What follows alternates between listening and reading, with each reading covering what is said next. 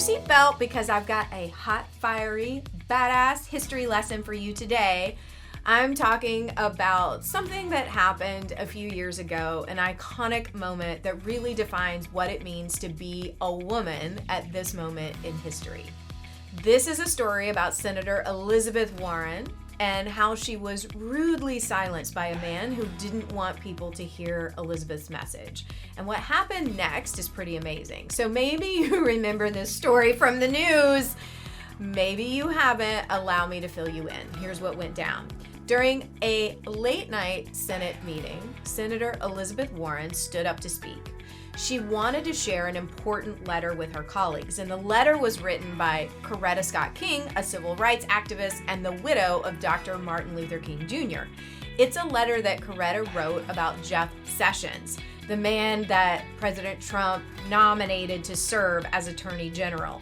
And so Coretta wrote this letter many years ago, back when Jeff was nominated to be a federal judge. And in this letter, Coretta sternly criticized Jeff, particularly for his hostility towards black voters. Here's an excerpt of what she wrote. Mr. Sessions has used the awesome powers of his office in a shabby attempt to intimidate and frighten elderly black voters. And for this reprehensible conduct, he should not be rewarded.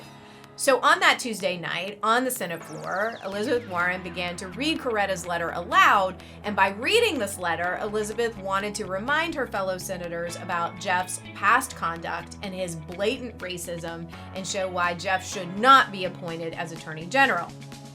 So Senate Majority Leader Mitch McConnell didn't like this one bit, and he interrupted Elizabeth and invoked an obscure, rarely used Senate rule that forced her to shut up and sit down.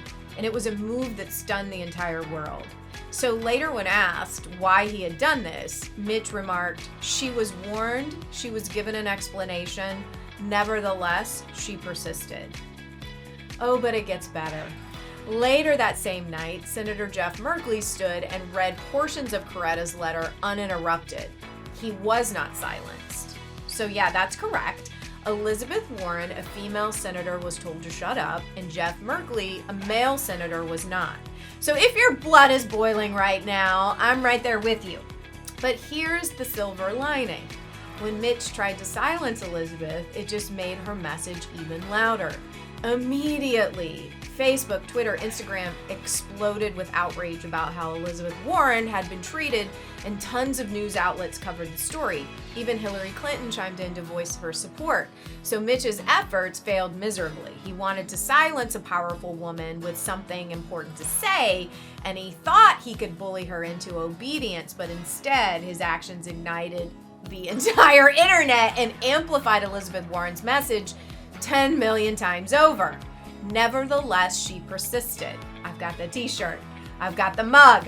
Let that be your new mantra and daily affirmation. Even when the Mitch McConnells of the world try to stop you, persist. Even when nobody believes you can do it, persist. Even when people laugh in your face, persist. Even when it's hard, even when it's not happening quickly, even when you're tired, even when your ego is bruised, even when your bank account is lower than you'd like it to be, even when it's risky, even when it's not always fun or easy or glamorous, persist. Be a persister and support other women who boldly persist. You can't spell persister without sister. Coincidence? I think not. I am so inspired by women like Elizabeth Warren and Michelle Obama and Hillary Clinton and Lady Gaga and Ashley Graham and Beyonce and other strong, outspoken women who've got something to say. And we don't need them to hold back, or you to hold back either. Even when they're told, or in some cases forced, to shut up, that doesn't stop these women for long. They always find a way to bring their message into the world. They always find a way to keep going and keep working towards their goal. And that's my challenge for you.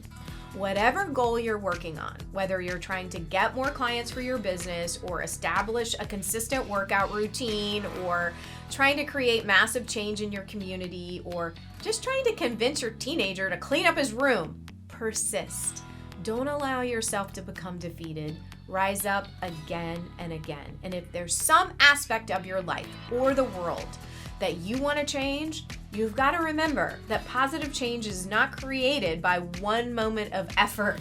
It's created by thousands of moments of effort. It's created by consistency, tenacity, and persistence. Even when the going gets tough, nevertheless, we must persist. Keep going. Keep writing, keep calling, keep emailing, keep launching, keep asking, keep negotiating, keep sharing, keep trying, resist and persist. Do not quit. And that's your attitude adjustment for the day.